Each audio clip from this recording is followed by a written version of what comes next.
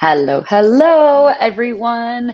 Happy Monday. I hope you're doing well. Those of you who are on break, congratulations. Enjoy your time off. I hope it is wonderful. For those that are like just coming back from break, you can do it. I have faith. We're going to make it through to the end of the school year. So wonderful to connect with you all and jam on a couple things. I wanted to follow up from the great suggestion that was shared that we started talking about the previous week, and this teacher was sharing about having students have a variety of ongoing data sets to plot at the end of the year.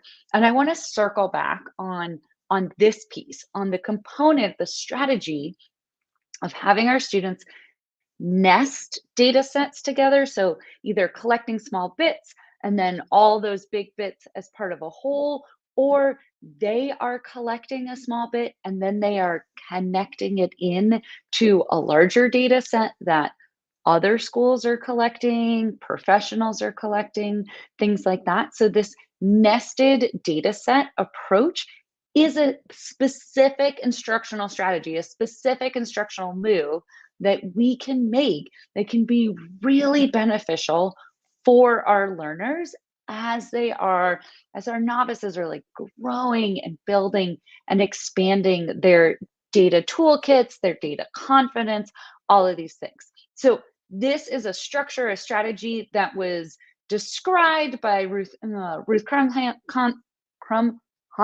Oh my gosh, so sorry. And Kim Castens in 2017. I'll put a link to that paper here. I can show you where it is because yay! It is free. You can access it here. So this identifying curriculum design patterns as a strategy for focusing geoscience education research. Now, here's what I'm going to say.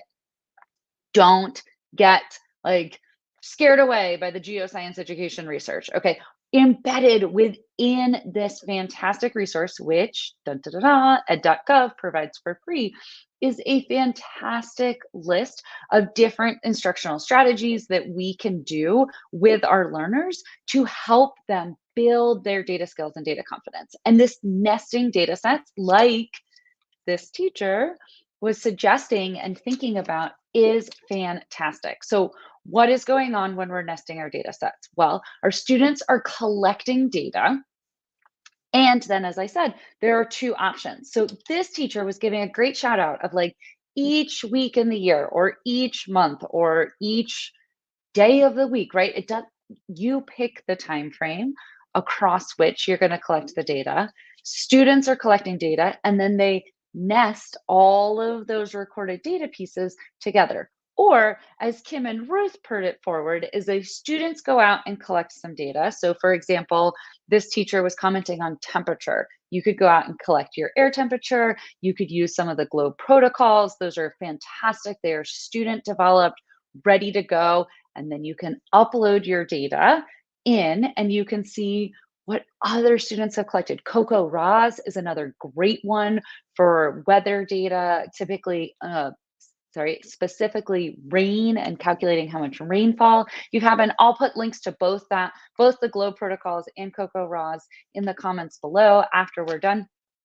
But so there are all these different things. So you can either upload the data into something like that, where students all across the country or the world are also following similar protocol and collecting. And then you can ask such broader, more diverse, more nuanced questions. And the students have that authentic feeling of yes, they're collecting the data for class, but they are contributing to this broader project with their data collection. So teacher suggested you just keep collecting your data throughout the year and you nest it together. And then you can sort of look at it, interpret it throughout the year and at the end and see what happens when we have a larger sample size? What happens when we're looking at a variable or variables that we would expect would change over time? What happens when we have a longer time span to look at it? Or you can collect data using one of the community science programs. And then you can look at how does your data compare to other students' data in your area, in your local area, across different spatial areas, at the same point in time, across different points in time. We can really expand out our questions temporally and spatially, depending on what data we're looking at. And then Kim and Ruth have a great sort of description about how you can have your learners collect some data and then go access data that professionals collected about the same data types, and you can nest them together. And that's another way that you can increase the kinds of questions you're asking across spatial scales, across time scales, different things like that.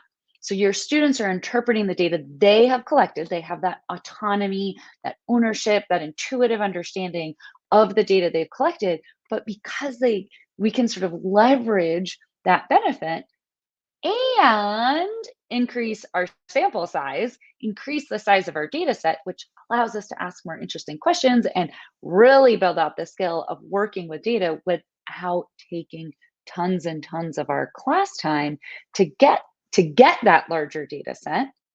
And so they can kind of they can bring all that great autonomy that comes with learner generated data and the benefit of a larger data set for professionally collected data. And they can localize their understanding. They can compare their local place to other places. They can practice and get stronger at accessing the same data types from different places, from pulling these data pieces together and thinking about sample size and scale, things like this, as they're describing patterns, looking for relationships, looking for trends, different pieces like that. So I will put a link to the phenomenal article by Kim and Ruth. Do not be dissuaded by like geoscience education research. Just like open it up and search for the middle where they talk about the strategy of nested data sets.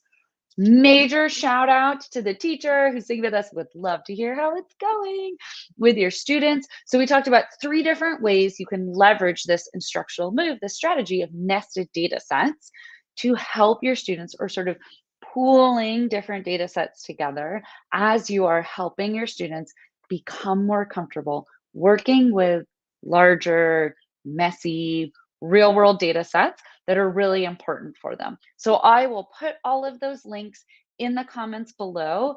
I hope this little nugget or this little bite of some data pieces is helpful. If you are finding these data bites, these strategies, these tips, these tricks that I'm sharing out each month, Monday live, and on Fridays, we're dropping some pre-recorded tips and tricks, valuable, please share them with colleagues. Please subscribe to the YouTube channel, all of those things, so that we can keep getting these to you, because we go live every Monday at 4 o'clock Pacific, 7 o'clock Eastern.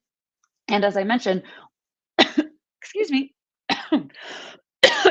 you know you're live when we drop our pre-recorded videos on Friday. So twice a week, we're trying to drop these sort of small nuggets, small bites of strategies that you can use with your students. And if you have a suggestion of something you'd like us to talk about or think about at our next live, please send them our way. support@dataspire.org. We would love to hear from you. With that, happy April all. It's raining here. Hopefully, maybe where you are, April showers will bring away flowers for us.